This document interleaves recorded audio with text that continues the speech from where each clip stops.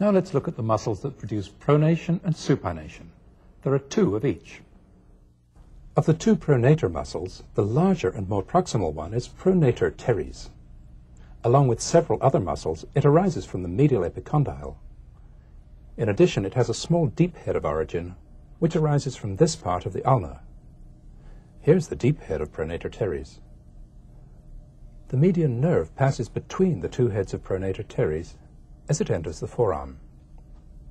Pronator teres inserts here, halfway down the lateral surface of the radius. Here's its action: pronation. The second pronator muscle is pronator quadratus, which arises from the anteromedial aspect of the ulna and inserts here on the anterior surface of the radius. Here's the action of pronator quadratus.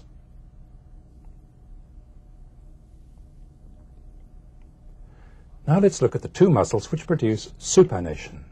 The one that we haven't seen yet is simply called supinator. Here it is. It arises from the lateral epicondyle, from the annular ligament, and from this ridge on the ulna, the supinator crest. It's inserted on the radius along a line ending just above the insertion of pronator teres. The deep branch of the radial nerve runs through the supinator. It enters here and emerges under here.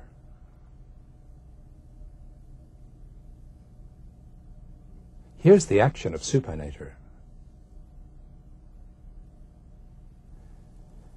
It's a nice match for pronator teres.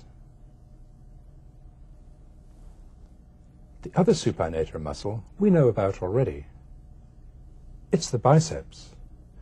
The insertion of the biceps on the radial tuberosity gives it plenty of power to rotate the radius, especially when the elbow is flexed. When the biceps is working as a supinator, its flexing action is held in check by the simultaneous action of the triceps. Because of the great strength which biceps contributes, supination is a more powerful action than pronation.